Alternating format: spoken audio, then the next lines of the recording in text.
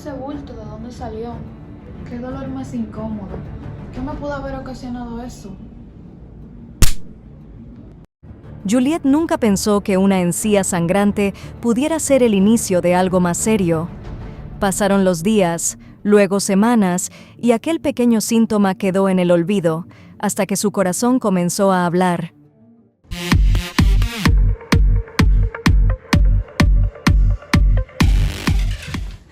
La endocarditis bacteriana había encontrado su camino hacia el corazón de Juliette, pero ¿cómo llegó hasta allí? ¿Podría haberse prevenido?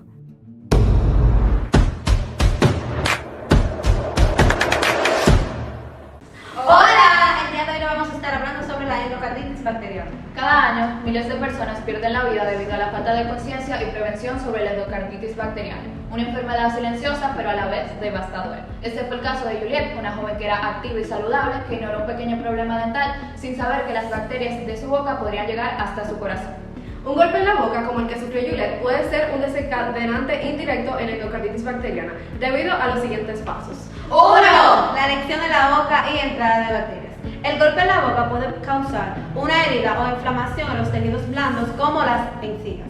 Esto puede facilitar que las bacterias que normalmente viven en nuestra cavidad bucal entren al torrente sanguíneo y a este proceso se le llama bacteremia transitoria. 2. Viaje de las bacterias al corazón. Una vez en el torrente sanguíneo, las bacterias pueden circular por el cuerpo. Si Juliette tenía un factor predisponente como válvulas cardíacas dañadas o congénitas o protésicas o una enfermedad cardíaca previa, las bacterias podrían adherirse al tejido cardíaco o a las válvulas del corazón. 3. Formación de la endocarditis bacteriana como tal. Cuando las bacterias se fijan en el revestimiento interno del corazón, o sea, en el endocardio o en las válvulas, pueden formar vegetaciones bacterianas que son acumulaciones de microorganismos, plaquetas y fibrina. Estas vegetaciones dificultan el funcionamiento normal del corazón y si no se tratan pueden causar complicaciones graves como insuficiencia cardíaca o embolias.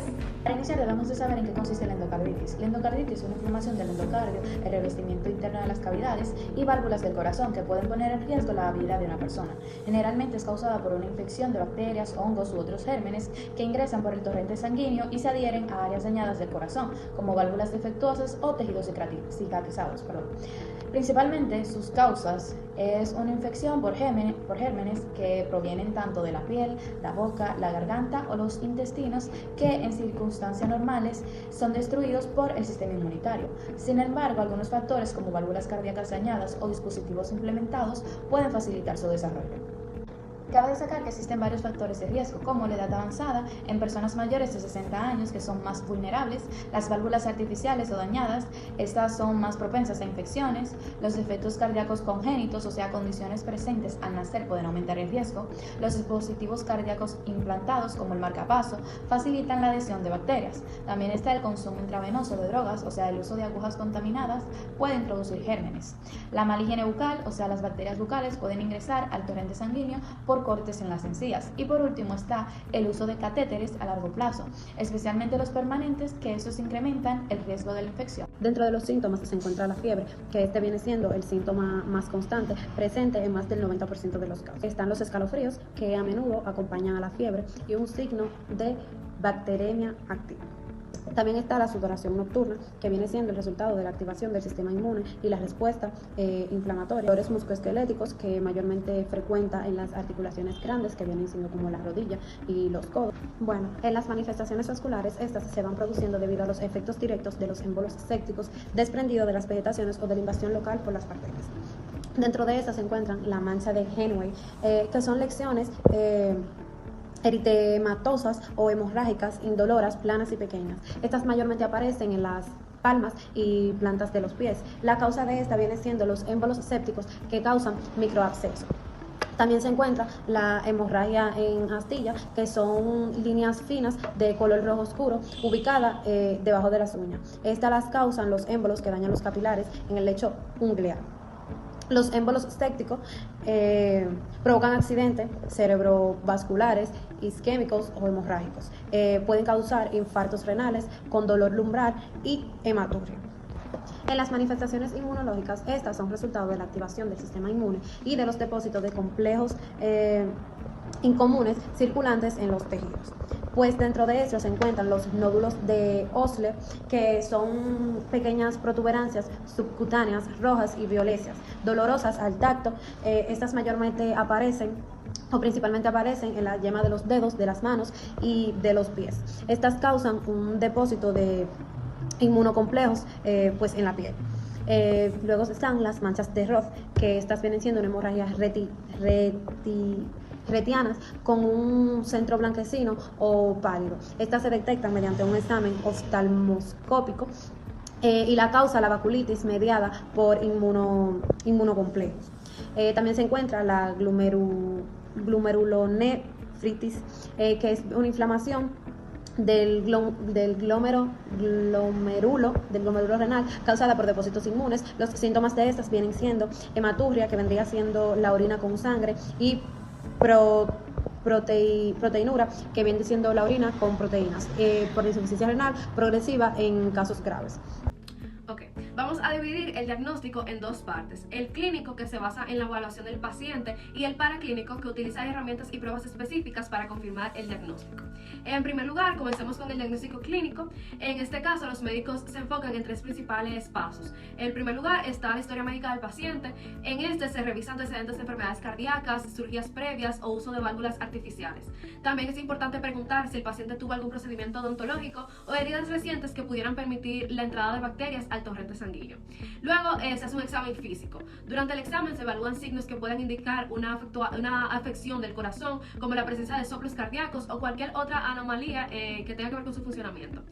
Factores de riesgo: se toma en cuenta si el paciente tuvo problemas cardíacos preexistentes, un sistema inmunológico debilitado o antecedentes de endocarditis.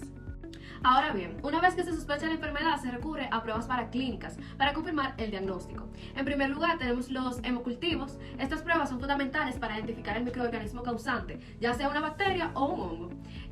Se toman varias muestras de sangre en diferentes momentos antes de iniciar el tratamiento antibiótico. También tenemos el ecocardiograma, que existen dos tipos: el transtorácico, el ETT, que es el primer método que se utiliza para observar el corazón y buscar vegetaciones, y también tenemos el ETE, el que es el transesofágico, que es el más detallado y se usa cuando se necesitan imágenes más claras para detectar abscesos o lesiones en válvulas. También tenemos los análisis de laboratorio. Se buscan marcadores inflamatorios como la proteína C reactiva, el PCR, y otros indicadores que ayudan a monitorear la gravedad de la infección.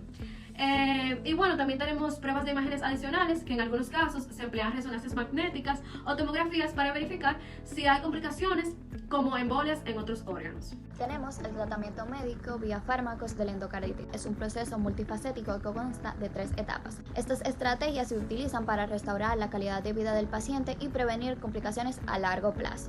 La fase de hospitalización: el tratamiento comienza cuando el paciente es ingresado y a este se le aplican dosis altas de antibiótico vía intravenosa, para así lograr combatir la infección de una manera más efectiva.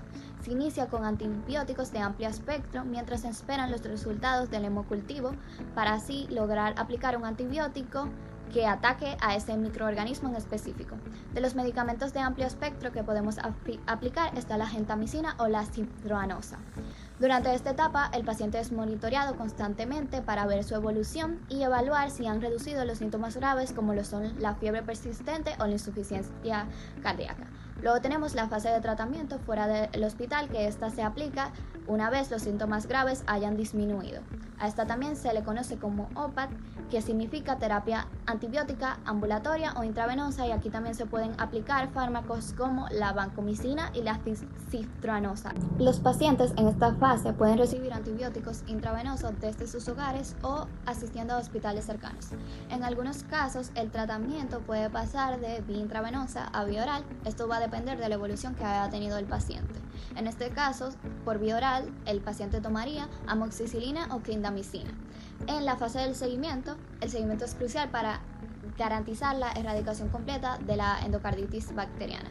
Los pacientes deben someterse a diversas pruebas y controles médicos, incluyendo hemocultivos para verificar la eliminación del microorganismo que estaba atacando. Además, se realizarán evaluaciones cardiológicas para monitorear posibles complicaciones en las válvulas. Los tratamientos quirúrgicos existe la reparación de una válvula cardíaca dañada por endocarditis bacteriana.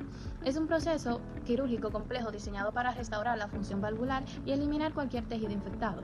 La endocarditis, cabe destacar que puede causar tanto perforaciones, ruptura, abscesos o vegetaciones extensas en las válvulas, por lo que el tratamiento debe de ser individualizado, según la gravedad del daño y la válvula afectada. La cirugía se recomienda en casos como insuficiencia valvular severa que provoca insuficiencia cardíaca, abscesos perivalvulares o destrucción significativa del tejido, persistencia de la infección a pesar de un tratamiento antibiótico adecuado, vegetaciones grandes con alto riesgo de emboliación e infección de válvulas protésicas. Dentro de los objetivos del procedimiento encontramos eliminar completamente los tejidos infectados para prevenir la recurrencia, restaurar o mantener la funcionabilidad valvular y preservar la anatomía cardíaca. La endocarditis bacteriana y la odontología están relacionados debido a que en procedimientos dentales invasivos o infecciones orales, como lo son la periodontitis, pueden permitir que bacterias de nuestra cavidad oral ingresen a nuestro torrente sanguíneo, y esto se conoce como bacteriemia. La bacteriemia es la presencia de bacterias en nuestra sangre, comúnmente causadas por infecciones bucales o procedimientos dentales que involucran la manipulación de tejidos gingivales. En pacientes sin factores de riesgo, el cuerpo suele eliminar estas bacterias sin complicaciones, pero en personas susceptibles, estas pueden causar daños en las válvulas cardíacas y desencadenar lo que es la endocarditis bacteriana.